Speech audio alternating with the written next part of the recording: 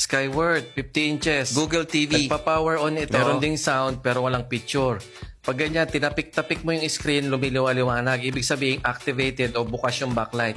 Yung backlight lang ang naka-on sa kanya. Muli, ito po yung brand niya, Skyward.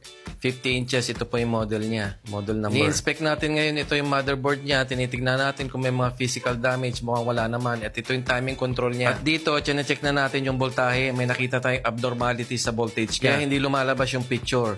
Kaya ito, hahanapin natin yung shortage sa panel para malaman natin kung paano natin ba ipalabas yung picture ulit. Fast forward po, nailagay ko na yung special technique. Ito na yung outcome ng TV. Ayan na po, napalabas na natin yung picture. Pwede na ulit, napakalinis ng picture. Wala tayong makitang guhit o kahit anumang abnormality sa picture. Sa part ni customer, medyo malungkot lang ang istorya nito kasi 1 taon pa lang pala sa kanya ito. Nasira na agad. At maraming salamat, pinalad na naman tayong maayos ang TV.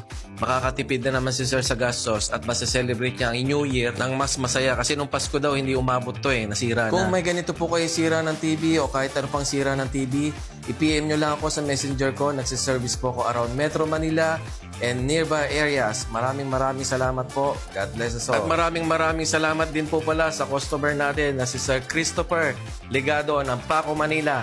Maraming salamat sir at sa amin yung pinagkatiwala ang inyong TV at sa amin yung binigay tiwala nyo. Salamat po.